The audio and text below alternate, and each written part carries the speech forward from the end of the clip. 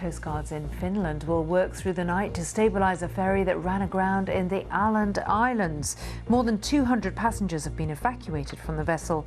Most of the crew have been taken safely to shore. The ferry makes daily trips between the Swedish capital Stockholm and the southern Finnish port of Turku. Do you have a look at today's papers? I'll get it to you in a second. Hold on. Many of the front pages feature the government warning that the UK is facing heavier coronavirus restrictions unless we follow the rules. Last chance saloon before the new lockdown is the way the headline in the Daily Telegraph has put it. The claim that the Cabinet is split is on the front of the newspaper. It says the Chancellor fears a second lockdown would have a devastating impact on jobs, while the Health Secretary is urging tough action now. It suggests the PM will address the nation on Tuesday evening.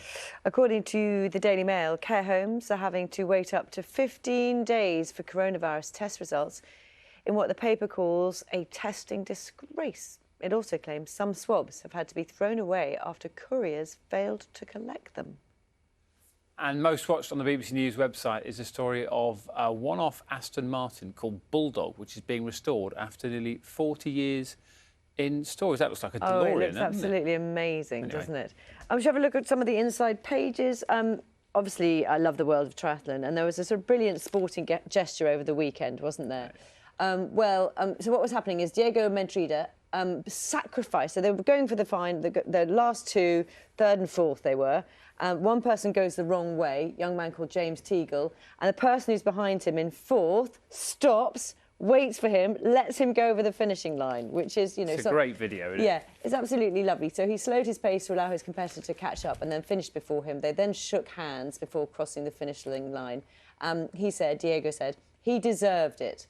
And then later on, they gave him the same prize money as well. We're going to be speaking to James Teagle, who came third. Oh, lovely. Imagine that moment when you're like, oh no, I've gone the wrong way. Anyway, it's a lovely story. We'll speak to James shortly. Sally's going to do that. That email address, by the way, bbcbreakfast@bbc.co.uk. Don't send them all. What you normally do is send them all off to 5 Live.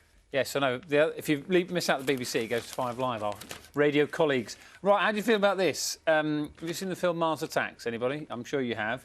There's a new thing called the Covidiser, which apparently can be worn like the helmet in Mars Attacks. It's been modelled here by the fashion blogger Michelle Madonna Charles in New York Fashion Week. Can you see this? Here it is. And it costs? Costs £190. It provides more effective protection, they say, than most common surgical masks. The Covidiser uses negative air pressure to filter oxygen and can be worn comfortably, as here you can see, for hours on end. You'll need a few readies, though, as they say. It's £190. This is a lovely story. So, obviously, lots of restrictions on all sorts of things, including, for example, weddings. And this is newlywed Alex Pearce, who went 200 miles... There she is, to her grandfather's care home to surprise him in her wedding dress because he couldn't make the big day because of the pandemic. Oh, my goodness, hadn't spotted this before. So there he is in the care home, able to see her outside, and he's got a little glass of something and some cake as well. I'm sure there were a few tears.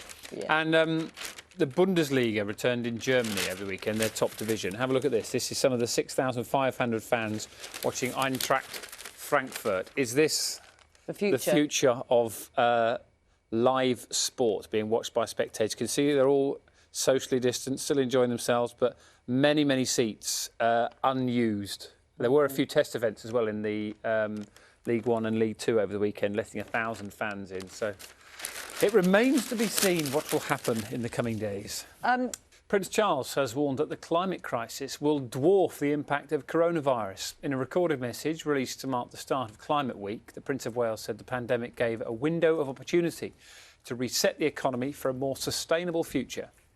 Billions of people around the world are waiting and longing for concerted action to right the balance of this planet that we have so rashly disrupted. Millions of younger employees of countless companies and corporations are desperate for action. Not more words.